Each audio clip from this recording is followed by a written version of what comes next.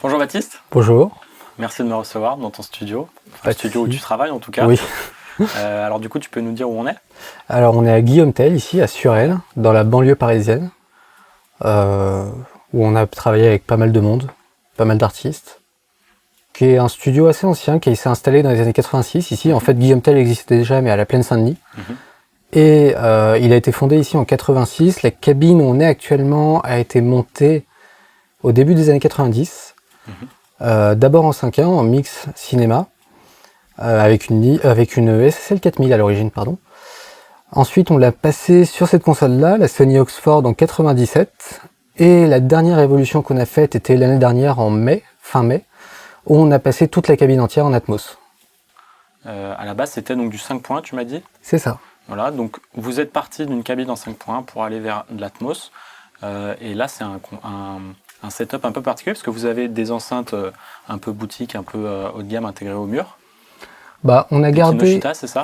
des tas de Kinoshita, qui étaient de l'époque du 5.1 qu'on a gardé.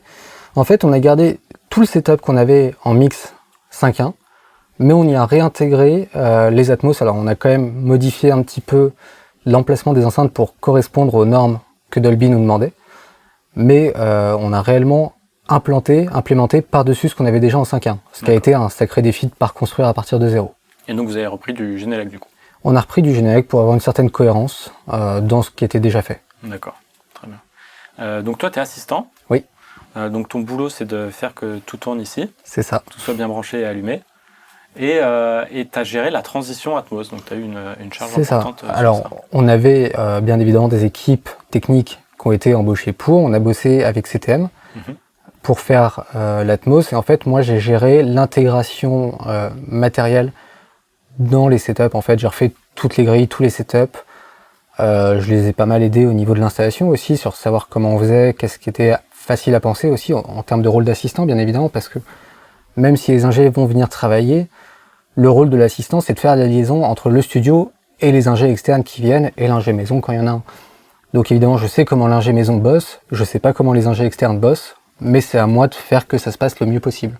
D'accord. Donc c'était aussi répondre à ces problématiques-là où techniquement, oui, ça c'est suffisant, mais je sais par expérience que ça, ce n'est pas suffisant. Donc réussir à concerter tout le monde autour d'un truc, de quelque chose qui va fonctionner pour tout le monde. Très bien. Ok, donc du coup, concrètement, toi, matériellement, comment ça s'est concrétisé cette transition? Qu'est-ce que vous avez changé vous avez gardé la console en tout cas? Ouais, c'est ça. En fait, plus que ce qu'on a changé, c'est qu'est-ce qu'on a gardé. On a gardé les écoutes, l'acoustique et la console. Donc en fait, on a un peu changé tout le reste, c'est-à-dire que d'un point de vue matériel, déjà, on avait un Mac qui était un petit peu vieillissant, on est passé sur le dernier Mac Pro. Les interfaces aussi, on était en 192, on est passé sur une MTRX. Et à partir de là, c'était qu'est-ce qui était nécessaire pour faire ça. Donc c'est-à-dire que l'Atmos fonctionne avec une conjonction entre un logiciel de travail, Pro Tools, Cubase, Nuendo, Logic, ce qu'on veut, et le renderer de Dolby. Nous, on est passé par le renderer, mais plus que ça, on a déporté le renderer sur un deuxième ordinateur pour se permettre justement d'intégrer la console dans le setup. Donc pour faire ça, on a dû avoir une deuxième carte son sur le deuxième ordinateur pour recevoir les canaux et faire transiter ces canaux-là. On est passé sur du Dante à ce niveau-là. Et du coup, au niveau du synoptique, qu'est-ce qui se passe? C'est-à-dire qu'on a le son qui est dans Pro Tools, qu'on va mixer sur la console. On va faire transiter un flux 7.1 depuis la console dans Pro Tools qu'on va renvoyer dans le renderer pour gérer le bed de l'Atmos par exemple. Le renderer va créer le fichier et l'encoder en Atmos pour être redistribué.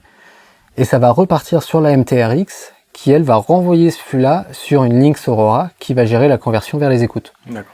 Donc c'est déjà un beau labyrinthe de signal pass. En effet. Voilà. Ouais, c'est un peu l'une des complexités avec l'Atmos, c'est que vraiment, ça rebat un peu les cartes de l'audio, parce que c'est pas juste du multicanal, il y a de l'audio objet dedans. C'est ça. Alors là, le setup que j'ai donné, c'était pour le bed, donc la partie multicanal traditionnelle qu'on a déjà dans un mix multicanal.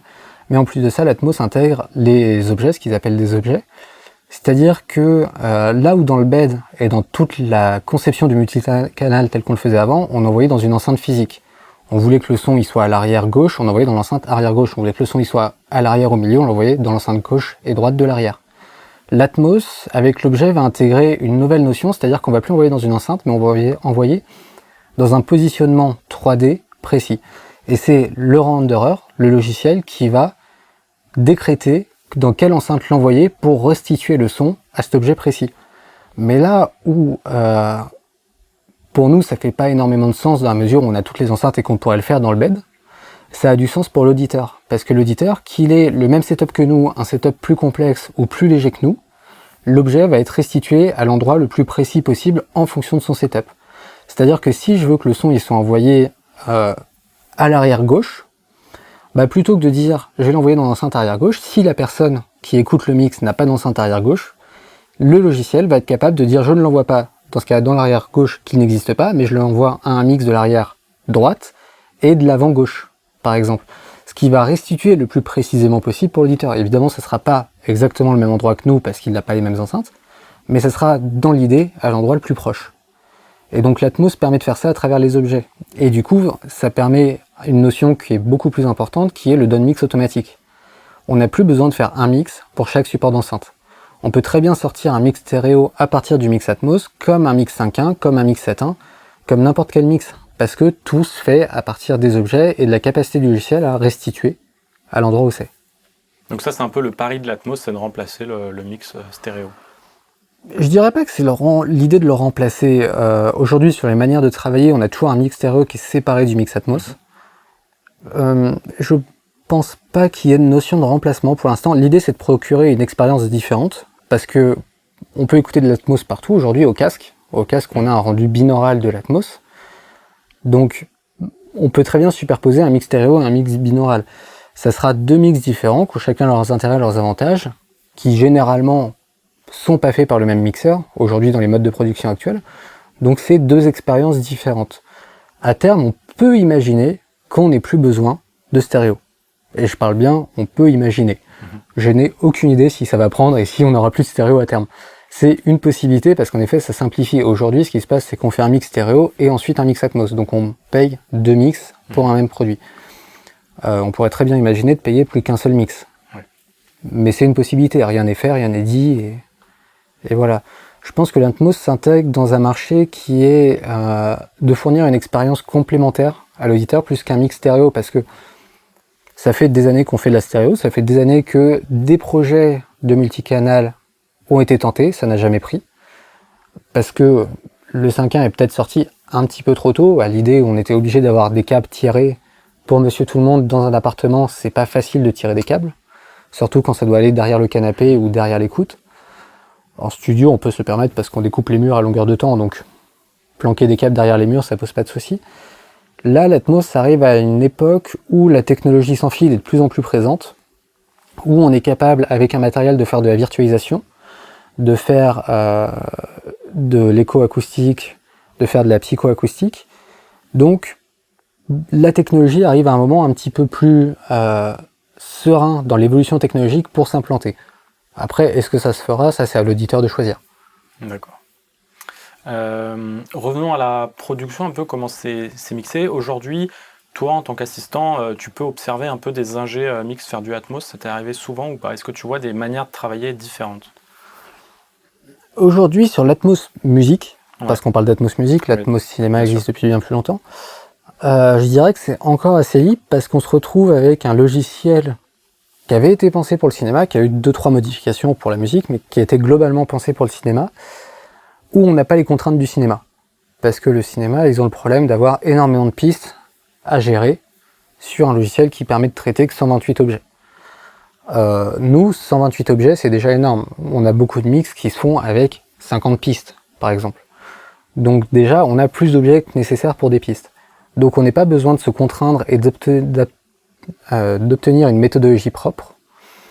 On peut faire un peu ce qu'on veut. Et aujourd'hui, ce que je vois, c'est que les ingés, ils essayent beaucoup. Là où il y avait beaucoup de méthodes dans le multicanal, dans le 5.1, dans le 7.1, là on en a un peu moins parce que l'Atmos intègre une verticalité avec le plafond qu'on n'avait pas trop avant. Et les ingés, ils essayent de découvrir comment s'en servir au mieux. Donc pour l'instant, il n'y a pas réellement de méthode de mix. De préparation de mix, on en a. De méthode de mix, on n'en a pas réellement. Mais est-ce que tu vois par exemple des régularités typiquement, je suppose que la voix est souvent au centre. La voix peut pas être au centre, justement. En tout cas, elle peut pas être dans le centre physique. Centre avant, excuse-moi. Oui, voilà. Mais je veux dire, elle peut pas être dans le centre physique, parce que ce qu'ils se sont rendus compte, c'est que vu qu'on est sur des multicanaux, c'est beaucoup plus facile d'extraire un canal. Et du coup, mettre la voix seule au centre permet trop facilement de l'extraire pour faire du remix ou autre. Donc il y a des normes où on peut pas mettre la voix full centre. Comment ça, pour éviter le piratage, tu veux dire? Ouais. Ah, pour éviter le remix, parce que si on met la voix que dans l'enceinte centrale, quelqu'un qui écoute chez lui, il prend le canal central et il a la voix clean. Okay. Donc nous, on a certaines normes, on met qu'un certain pourcentage de voix dans le centre, dans ce genre de choses. On peut utiliser le centre fantôme, c'est-à-dire... Tu parles de normes, c'est des recommandations ou vraiment des standards techniques imposés? Des recommandations de label. Ok, ça marche. Plus qu'autre chose. Ouais. Mais en fait, on a le droit de faire un centre fantôme, c'est-à-dire envoyer la voix au centre à travers le LR, mais sans passer par le canal physique nécessairement. Ouais. On peut doser à travers le canal, mais on peut pas mettre que ça dans le canal physique. Donc oui, ça, on a des normes. On est resté globalement sur les recommandations, conseils, habitudes de travail du 5.1. C'est-à-dire avoir une frontale qui est très présente, avoir pas mal de reverb à l'arrière, globalement pour élargir sur tout le champ de l'auditeur. Ouais. Ça, on le voit assez souvent. Pareil, quand tu travailles en 9.1, comme nous on a ici, avec les wide, on voit souvent des gens qui élargissent à travers les wide. Donc élargir un piano, plutôt que de la mettre dans le gauche-droite, on va le mettre dans le wide gauche, wide droite, ce qui va permettre d'ouvrir le piano un peu plus, ou les guitares. Ça, c'est des choses qui se font. L'intérêt de l'Atmos aussi, qui fonctionne pas mal, qu'on avait déjà dans le 5.1, mais de facto le 5.1 pour la musique n'a pas énormément fonctionné. On a un canal sub LFE. Donc typiquement pour renforcer un pied ou une basse, c'est plutôt sympa. Ça c'est vraiment très important à comprendre dans l'Atmos. Le point 1, c'est pas c'est un vrai channel quoi. Oui, voilà. C'est un vrai channel, c'est pas juste du bass management. Ouais. Donc on est indépendant avec et on en fait ce qu'on veut. Ouais. Sans limite de réponse en fréquence. Selon Dolby, on peut mettre sur le point, si on veut, on peut mettre du 20 kHz. Non. Non, enfin, si, sur le fond, on pourrait. Oui, théoriquement, rien. Pas limité. Techniquement, rien ne nous l'empêche. Ouais. Dans l'absolu, ça reste un sub qui a lui-même une bande de fréquence et de restitution. Donc on est quand même limité par ça. Ça marche. Est-ce que tu vois un peu des mix qui te plaisent plus que d'autres? Est-ce que tu vois certaines aberrations dans ce qui sort? Est-ce que tu suis un peu l'actualité Atmos? Est-ce que tu écoutes beaucoup d'Atmos? J'écoute beaucoup d'Atmos parce que déjà, je mixe aussi en Atmos, j'ai fait des titres déjà, donc je me dois de regarder ce qui se fait dans la concurrence, très clairement, voir si les gens ont eu des meilleures idées que moi. Et il y en a eu, pas mal. Mais sans parler d'aberration ou autre, je vois des méthodes de mixer, des mixeurs globalement, parce qu'on parle de mixeurs, que j'aime plus ou moins dans leur façon de travailler. Mais ça, c'est quelque chose de propre. L'Atmos offre une telle liberté créatrice et tellement d'espace de travail qu'on est beaucoup plus libre en termes de mixeur. Et c'est même d'ailleurs assez terrifiant parce que on a tellement de liberté qu'on empiète réellement sur le rôle créatif qu'aurait un producteur ou un artiste. Donc c'est à ça qu'il faut faire attention aussi. Mais oui, il y a des choses que je préfère. Mais comme sur un mix stéréo, il y a des choses que je préfère et d'autres que j'aime moins bien. Ce que je vois pas mal en Atmos, dans ce que j'écoute ici en tout cas, c'est qu'il y a beaucoup d'Atmos qui sont faites dans des conditions pas forcément optimum. Et qui, du coup, n'intègrent pas totalement l'espace. C'est-à-dire qu'on peut travailler l'Atmos au casque, rien ne l'interdit, rien ne l'empêche, il y a des gens qui font des choses très très bien au casque. Le problème du casque, c'est qu'on travaille à travers l'aspect binaural, et donc, en fait, Dolby, ils ont intégré 3 courbes différentes sur le binaural pour écouter au casque. Et ce qui fait que quand on travaille son mix directement au casque, on écoute à travers une courbe d'interprétation, qui sont 3 courbes différentes. Le problème, c'est que ce qu'on écoute, c'est un aspect qui est modifié par une courbe, donc on n'écoute pas réellement ce qu'on fait, on écoute ce qu'on fait à travers une courbe. Et du coup, tu parles d'une courbe HRTF. En fait, ils ont 3 courbes HRTF différentes. Elles sont en fonction de quoi ces courbes? Ils les catégorisent NIR, MID ou FAR, qui sont en fait ces 3 courbes qui fonctionnent globalement sur la majorité des gens. Et du coup, ils ont dit, cette courbe-là, les gens la reconnaissent majoritairement comme plus proche, cette courbe-là majoritairement comme intermédiaire et l'autre plus fort. Et du coup, c'est pour, en fait, quand tu fais un mix en multicanal et que tu écoutes au casque, tu vas pouvoir essayer de retrouver la sensation que tu as de l'élément dans l'espace au casque. Mais le problème, c'est que quand tu mixes directement dessus, tu places des éléments sans avoir une réelle notion de où est-ce qu'ils sont dans un espace physique. entre guillemets, tu le vois sur le renderer parce que tu as l'espèce de petite virtualisation de la salle, mais tu ne l'entends pas réellement. Et donc du coup, c'est vrai que j'ai déjà écouté des mix qui avaient été faits au casque où tu as des trous en fait dans la spatialisation quand tu écoutes en enceinte physique. Okay. Parce que, à contrario, quand tu écoutes au casque, ça sonne super, ça déchire, mais dès que tu écoutes en multicanal, c'est pas que ça fonctionne pas, ça fonctionne honnêtement, le mix est bon, l'ingé il sait ce qu'il fait et ça fonctionne, mais t'as pas ce truc de remplissage comme tu l'aurais avec un mix directement travaillé en multicanal. Vous avez gardé la console et beaucoup de matos analogique. Est-ce que vous arrivez à intégrer dans votre workflow Atmos du matos analo ou alors ça reste dédié un peu au mix stéréo et au traitement des stems avant que ce soit envoyé au Atmos? Non, on l'intègre directement dans Atmos et j'ai envie de dire beaucoup plus facilement que si on travaillait dans Pro Tools in the Box. Parce que l'Atmos aujourd'hui, de par le fait qu'on est sur un ordinateur extérieur, on est obligé de travailler en temps réel. On ne peut pas faire du print offline. Okay. Et du coup, nous, ça ne nous pose pas de souci d'utiliser un matériel. Quand tu travailles que dans Pro Tools, ou dans n'importe quel soft in the box, dès que tu mets un matériel hardware, tu perds cette possibilité du print offline. Vu que nous, on ne l'a pas, pourquoi s'en priver? Donc non, ça, on n'utilise pas beaucoup de reverb hardware, parce qu'ici, on a la chance d'avoir pas mal de reverb mythique, si je puis dire, des 480, des 224, des 300, des RMX16, ce genre de choses. Et même s'il y a des très bonnes émulations, ça on ne le remet pas en question, avoir la machine sous la main, c'est quand même un petit luxe. Bien sûr. Ok, donc du coup une cabine un peu unique, déjà elle est très grande, et puis vous êtes vraiment allé au bout, vous avez gardé la console. Alors pourquoi avoir gardé cette vieille console? Vieille console, j'irai peut-être pas jusque là, c'est pas très sympa. Non, on a gardé la console parce que déjà ça correspond à un workflow au sein du studio. Sur la cabine numéro 1, on a une 9000. Là, on a une Sony Oxford, c'est des consoles avec lesquelles on a toujours travaillé. L'ingé maison, il a toujours pris l'habitude de travailler le multicanal sur cette console. Et vu que cette console nous permettait déjà de travailler en 7.1, et que le logiciel avec lequel on travaille, Pro Tools, propose des beds en 7.1, le renderer aussi, on n'avait pas raison de la retirer. La console remplissait déjà ce qu'on nous demandait pour du bed. Donc là, vous utilisez la console pour le 7.1, pour les beds. Ouais, c'est ça. Et ensuite, vous placez les objets sur votre deuxième ordi, c'est ça qui gère le renderer ou pas? Alors, c'est le deuxième ordi qui gère le renderer. Nos objets sont sur le même logiciel, Pro Tools en l'occurrence. On peut les passer à travers la console, parce qu'on a aussi paramétré des envois directs. Donc on peut quand même les traiter dans la console, faire la balance et ce qu'on veut. Mais c'est juste que, du coup, là où le bed, en fait, est, mixé et semé dans la console, et après on fait transiter par le renderer et Pro Tools, mais ça bouge pas, ça reste une sommation de la console. Les objets sont pas sommés, vu qu'ils sont matrixés et intégrés avec des métadatas de placement. Donc c'est ça la grosse différence. C'est pour ça qu'on peut pas se servir de la console pour placer des objets. On peut les traiter, mais on peut pas les placer en Atmos, parce qu'elle ne gère pas ces métadatas. Très bien. Et aujourd'hui, d'ailleurs, il n'y a que des surfaces de contrôle qui peuvent faire ça. Parce que c'est le logiciel qui gère les métadatas et une console ne pourra jamais le faire. Bien sûr. Est-ce qu'on peut revenir aux enceintes, au setup qui a été fait rapidement parce qu'on ne l'a pas mentionné, mais tu l'avais mentionné juste avant l'interview.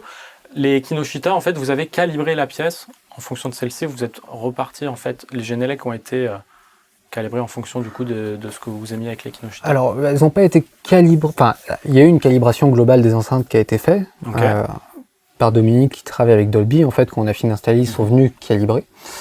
Ce qui s'est passé, c'est surtout qu'on a des habitudes de travail et des habitudes d'écoute qui ont été faites avec les Kinoshita. Et quand il est arrivé, il nous a dit quel type de son vous aimez, comment vous l'aimez à travers ces enceintes-là. Il a écouté, il nous a fait une première calibration où on a pu lui dire, c'est vrai que globalement, on préférait avoir un petit peu plus aigu, un peu moins de bas médium ou autre, parce que l'acoustique est faite de telle sorte qu'au ressenti, au point d'écoute, on a besoin de ça. Et on a tout aligné. Globalement, toutes les enceintes sont droites. Ça, on n'a pas de boost particulier d'écoute, elles sont droites. Après, c'est vrai que, comme toujours dans une acoustique, il y a des bosses, il y a des creux, il y a des points de résonance. Et donc, même si ton enceinte est calibrée droite, ça ne veut pas dire qu'au point d'écoute, tu auras une écoute droite. Bien sûr. Et c'est généralement le problème avec une console. Une console, elle crée des réflexions, et donc ça t'empêche de mettre ton enceinte parfaitement droite, vu qu'elle est derrière la console. Donc ça, tous les studios s'accommodent avec ça de différentes manières. Il y a plein de techniques, et chaque studio a ses techniques, j'en doute pas. Mais voilà, donc ça a été fait comme ça. Et l'idée, c'était surtout que, en termes de volume, on soit capable de diffuser à 85 dB. plus que la calibration, en fait, c'est surtout pour ça qu'on a ces enceintes-là qui sont d'un volume aussi imposant. Ouais. C'était d'être capable de compenser la puissance dégagée par les enceintes frontales avec l'arrière. Que si on met un son au centre, on l'entende bien au centre parce que les enceintes arrière sont capables d'envoyer une onde de pression suffisamment forte pour qu'au point d'écoute, on l'ait au même niveau que l'enceinte frontale. Très bien.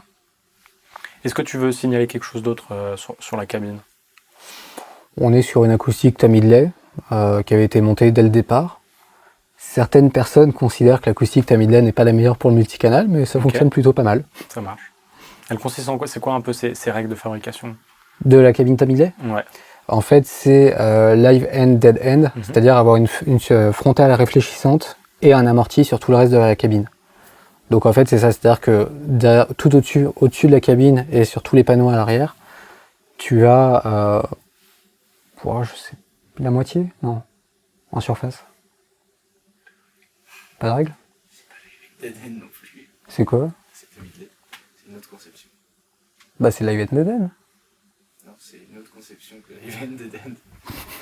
Je connais mieux que moi en acoustique. C'est quoi du coup?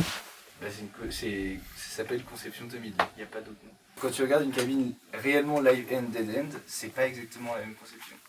Et c'est pas mis, les cabines Tom Midley, elles sont pas mises dans cette catégorie-là en général.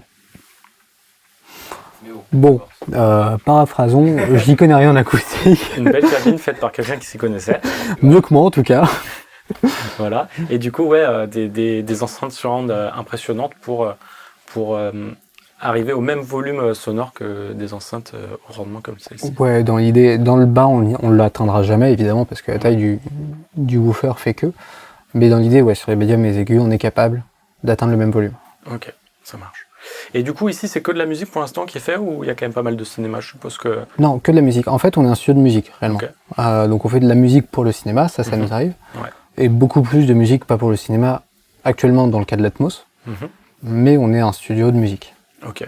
Et alors du coup, quel type de client vient vous voir en ce moment là? Est-ce que vous avez beaucoup de demandes Atmos?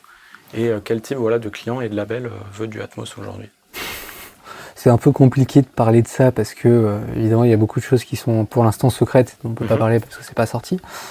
Non, on travaille avec les labels. Globalement, ce qui a été dit pour pas mal de labels, c'est... ça, je vais peut-être pas en parler non plus. On a pas mal de labels. Ok, ça marche. Est-ce qu'ils arrivent à comprendre ce qu'est l'Atmos? C'est une question sale. Oui. Gentiment, bien sûr, je veux dire. Et comment, est-ce que tout le monde est au courant? Est-ce que les demandes te paraissent un peu rationnelles ou pas? Tout le monde est en fait, je reprends. On a formé pas mal en fait. Quand ça s'est passé, Dolby est venu nous voir pour qu'on fasse pas mal de formations, de découvertes, en tout cas de l'Atmos. Donc on a expliqué à pas mal de labels qu'on leur a fait écouter, on leur a expliqué comment ça fonctionnait ou autre. Ils ont tous été globalement assez enthousiastes. Donc oui, les acteurs commencent à comprendre. Après, le problème qu'on a aujourd'hui, c'est que le travail n'a pas été fait auprès de tous les artistes. Certains artistes commencent à s'y intéresser réellement, mais on est vraiment dans de l'aspect technologique, technique, qui pour les ingés fait vibrer et marrer beaucoup d'ingés. Les artistes, ils s'en foutent un peu, c'est à l'étape du mix. Ils voient pas pour l'instant, en tout cas, d'intérêt premier. Alors quand ils viennent en cabine écouter, ils y trouvent un intérêt. Et les mix que j'ai faits, je les ai faits avec des artistes. Donc ils étaient, je vais pas dire comme des petits fous, mais ils s'intéressaient vraiment au truc, et l'idée de pouvoir spatialiser un son, de le mettre derrière, de le mettre au-dessus, que ça ait un sens dans la continuité artistique du morceau, ils trouvaient ça génial. Mais c'est vrai qu'on n'a pas d'artistes à proprement parler qui viennent nous voir en nous disant on pense que l'Atmos c'est une bonne chose, on va travailler directement l'Atmos. C'est plus des labels qui vont faire pression pour dire on va sortir un Atmos, va au mix, vérifier que ça te convient. Ça marche. Donc une fois sur place, ils aiment, mais... Et est-ce que tu es tenté un peu on va revenir un peu sur la façon de mixer. Est-ce que tu es tenté un peu d'impressionner les labels avec des mix un peu waouh, en fait, avec des gros effets spectaculaires, ou est-ce que déjà il y a une concurrence rude qui te pousserait à faire ça en ce moment ou pas? Il y a pas vraiment de concurrence. En France, en tout cas, nous, on n'a pas réellement de concurrence parce qu'on est en taille de cabine. On est quand même vraiment différent des autres, donc on récupère pas le même type d'artiste parce qu'évidemment, c'est pas le même budget. Après, sur les mix, l'effet waouh, c'est une bonne et une mauvaise chose.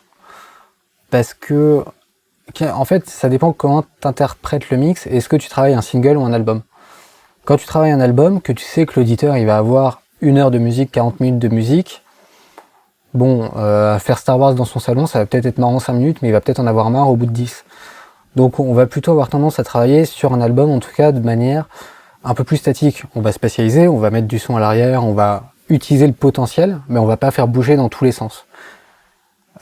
Sur un single, on va pouvoir avoir tendance à un peu plus faire bouger. Le morceau que tu as écouté, le Imagine Dragon Believer, pour moi, c'est un morceau single. Waouh! Tu l'écoutes une fois, tu t'en prends une claque. Ça bouge dans tous les sens, c'est agréable. On aime ou on n'aime pas l'aspect artistique, mais ça fonctionne. Tu l'écoutes 15-20 minutes d'affilée, mais à un moment, t'en as peut-être un peu marre que ça bouge dans tous les sens. C'est, voilà, l'Atmos permet de faire énormément de choses, dans tous les sens du terme. La question, c'est qu'est-ce qu'on en fait, comment on s'en sert, et où est-ce qu'on met une limite. C'est comme tout, c'est une technologie. T'es pas obligé de l'utiliser à 100%, ça restera quand même une technologie. Et c'est à toi de mettre des limites, des garde-fous et de savoir ce que tu veux en faire. Ça veut pas dire qu'il faut être mijauré sur la technique. Il faut y aller, il faut pas avoir peur, il faut mettre les mains dedans. Aujourd'hui, on peut faire de l'Atmos extrêmement facilement, n'importe qui peut en faire. Un Logic à 200 €, il a un renderer intégré pour écouter au casque. Mais déjà, on peut travailler dessus, on peut voir. Et n'importe qui nous regarde, qui se dit ça a l'air sympa, s'il a Logic, il a l'Atmos. S'il a Pro Tools, c'est un peu plus compliqué. S'il a Nuendo aussi, mais s'il a Nuendo... Et en plus, ça ne saurait tarder l'intégration, je suppose, peut-être d'un renderer dans Pro Tools. Je pense pas que ce soit la visée, que ce soit intéressant. Ok. Je me trompe peut-être, mais Logic, je pense qu'ils l'ont plus intégré dans l'optique de faire de la production directement en Atmos que du mix en Atmos. D'accord. Après, ça c'est ma vision. Ok, très bien. Est-ce que tu vas aborder un autre sujet? Que l'Atmos? Non, celui de l'Atmos, toujours, bien sûr. Si, on peut parler de la préparation de l'Atmos. Ouais. Typiquement, pour faire un Atmos, on part des mêmes sources qu'on ferait pour un mix stéréo. On n'a pas de préparation spécifique à ça. Je sais que nous, on travaille, la cabine A de Guillaume Tell a une énorme hauteur sous plafond. Et on peut se permettre de placer des micros en hauteur pour justement retrouver l'effet plafond qu'on a avec l'Atmos en fait. Donc typiquement sur un orchestre ou sur un piano, on aura déjà naturellement des informations qui viennent du haut. Ça on le fait, mais encore une fois, c'est pas du tout nécessaire. Beaucoup de gens font de l'Atmos et de l'orchestre sans avoir ces besoins-là. Donc non, on n'a pas de préparation spécifique, c'est vraiment du mix, une étape de mix différente. Après, on peut produire en Atmos. Ça, il n'y a pas de souci. Les gens peuvent très bien imaginer, quand ils produisent leurs morceaux, ce qu'ils vont mettre à l'arrière, ce qu'ils vont mettre à gauche, ce qu'ils vont mettre en hauteur, et qui sera fait au mix. Ça, c'est pas du tout un souci. Mais on n'a pas de prérequis et de besoins spécifiques pour ça. D'accord. Et toi, t'aimerais que ça arrive des productions en Atmos? Enfin, est-ce que c'est quelque chose qui te fait envie? Personnellement, moi, j'aime beaucoup la technologie. J'aime pas tout ce qui en a été fait, mais j'aime la technologie. J'aimerais qu'on donne plus de moyens pour le faire. Déjà qu'au mix, on a un peu plus de temps, parce qu'aujourd'hui, on est quand même sur des deadlines assez courtes, vu que ça arrive après le vrai mix, entre guillemets, et qu'on considère un peu comme une étape juste marketing pour l'instant. Mais la technologie fonctionne réellement bien, et j'aimerais bien qu'on ait des productions, qu'on ait de quoi travailler, qu'on ait de la matière, parce que quand on nous livre des morceaux où on a 10 thèmes, la batterie sur un stéréo, la voix sur un stéréo, les guitares sur un stéréo, bon, c'est pas très marrant. Ouais. On n'a pas de quoi créer réellement grand chose. Après, encore une fois, ça dépend de la vision de chacun, du rôle de l'ingénieur et de si t'as l'artiste. Ouais. Évidemment, quand j'ai l'artiste, je me permets de doser, même si c'est pas validé ou gardé, doser plus de choses. Après, quand il n'y a pas l'artiste, tu fais un travail un petit peu plus minime, qui est de créer une sensation d'Atmos, qui est de créer un espace, tout en gardant réellement l'intention de la stéréo. Et donc là, on est vraiment dans quelque chose qui est plus proche de une mise en Atmos qu'un réel mix séparé. D'accord.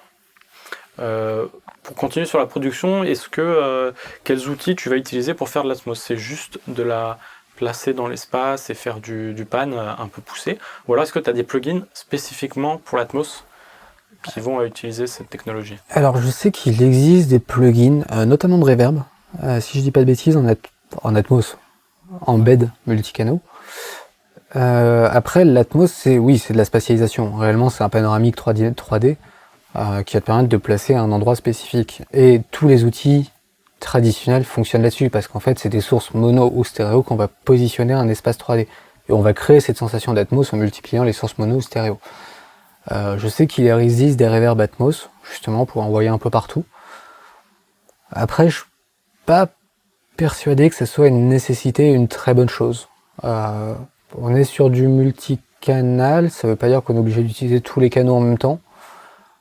Typiquement, moi j'ai pas forcément que ma voix elle soit tout autour de moi, j'ai peut-être juste envie que la reverb de voix elle soit à l'arrière ou située à un endroit. Parce que dans l'idée du morceau, ça correspond plus. Que ces outils existent, c'est bien. Que ça soit nécessaire, je suis pas sûr. Mais D'accord. c'est ma vision d'assistant, ça. Très bien.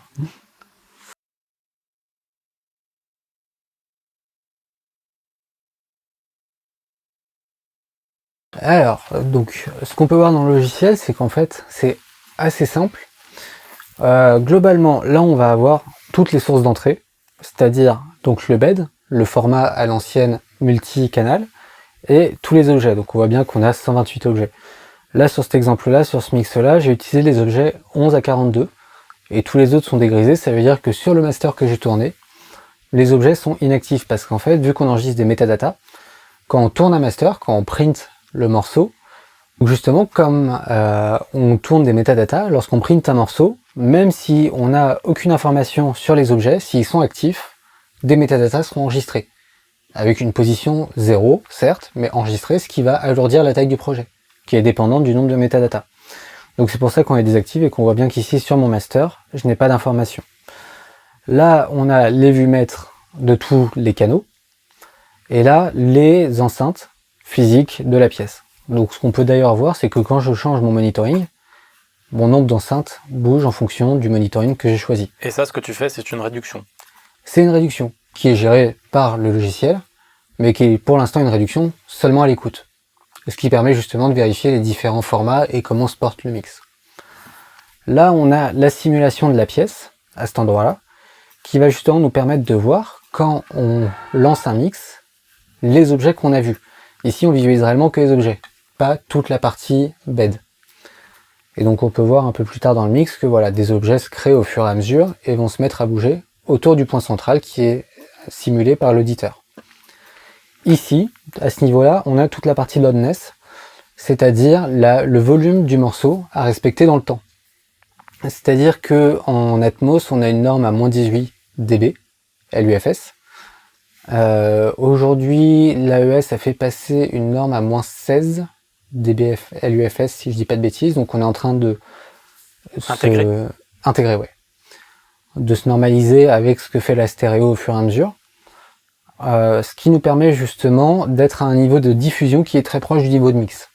Et qui est quasiment le même, enfin qui est carrément le même aujourd'hui, vu qu'on mixe à moins 18 et qu'on diffuse à moins 18. Donc voilà, donc là on a toutes les informations au niveau du loudness. Après, le logiciel est assez simple. La seule chose à savoir, c'est que par exemple, on a ici une section de source input et master. La source master va être active à partir du moment où on a tourné, justement, ce fichier Atmos, tandis que la source input va être réellement les entrées qui rentrent dans le renderer. Donc les objets et les beds. Les objets et les beds, mais qui sont la même chose sur le master. En fait, l'intérêt, c'est que ça nous permet, si on fait différentes versions d'un même morceau, d'écouter, par exemple, on va dire la version A qui est stockée sur le master, et d'avoir en input la dernière version sur laquelle on travaille, et donc d'entendre des modifications. Ça nous permet là.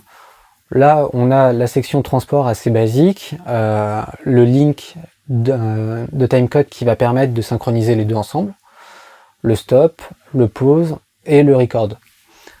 On a une atténuation avec un dim mute, avec la particularité de pouvoir muter que le bed ou que les objets, directement dessus. Ce qui peut être intéressant pour écouter, par exemple, si tu as un mix. Ce qui peut être intéressant pour écouter. J'en ai jamais besoin, mais si jamais je sais plus quel objet j'ai mis, ça peut être pratique. Donc là, on a les métadatas. Entrée du print et fin du print. Le nom du morceau avec sa localisation. Et après, on peut voir par exemple, un autre exemple que je peux vous montrer, c'est ce qui s'appelle la fenêtre du binaural render mode. C'est justement les données metadata pour le binaural qui sont printées dans ce master. C'est-à-dire qu'une fois que j'ai fini mon mix multicanal, j'ai pris un casque, j'ai écouté au binaural et j'ai fait bouger des paramètres, j'ai utilisé différentes courbes HRTF sur mes objets pour essayer de restituer la sensation la plus proche que j'avais en cabine au casque, au binaural. Donc ça, c'est un travail qui se fait dans une deuxième étape, une fois que le mix est quasiment fini de spatialiser, on s'attaque à ça pour justement que le binaural avec n'importe quel auditeur puisse avoir l'écoute la plus proche. Donc voilà, un soft assez simple et pas très compliqué. Et le limiteur, tu peux nous en parler? Oui, alors en fait, on a un limiteur d'écoute et un limiteur de binaural. Le limiteur d'écoute est juste là par sécurité pour éviter, quand tu écoutes en multicanal, de faire saturer un canal. Justement, par exemple, si ton centre est trop fort, il va s'activer pour protéger le centre. Et du coup, c'est plutôt en rendu en fait que ce limiteur va arriver si on a une réduction. Alors, en fait, ce qui se passe, c'est que, et notamment pour le limiteur du binaural, ce limiteur-là est activable et désactivable. Celui-là ne l'est pas, pour une simple raison qui est qu'on passe sur un flux qui est établi, là en l'occurrence, sur 14 canaux, on va le réduire sur 2 canaux, avec de la simulation. Mais évidemment que ça va être beaucoup plus fort sur 2 canaux, beaucoup plus fort. Ça va être plus fort sur 2 canaux que sur 14 canaux. Donc, ce qui se passe, c'est qu'il y a un limiteur qui, là, ici, est à l'écoute, qui n'est pas enregistré dans le master, mais qui va être mis en place par la plateforme de diffusion.